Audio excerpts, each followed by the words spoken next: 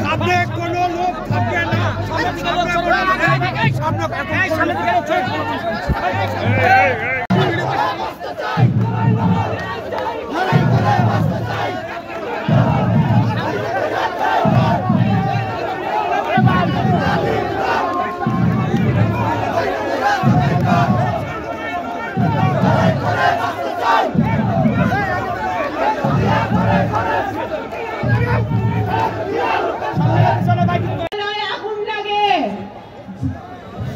গুরুত্বপূর্ণ ফাইলপত্র পুড়ে যায়, বিভিন্ন জায়গায় নারীরা নির্যাতিত হচ্ছে, চুরি ডাকাতি হচ্ছে,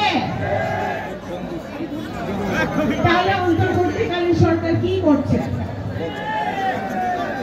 হাসিনা চলে গেছে, ওনারা ডেভিল হান্ট শুরু করেছে। ভালো কথা, ওনারা সারা বাংলাদেশে ডেভিল হান্ট করছে। যারা দুর্নীতি করেছে, যারা সন্ত্রাস করছে, তাদেরকে ধরার চেষ্টা করছে। কিন্তু এখনো প্রত্যেকটা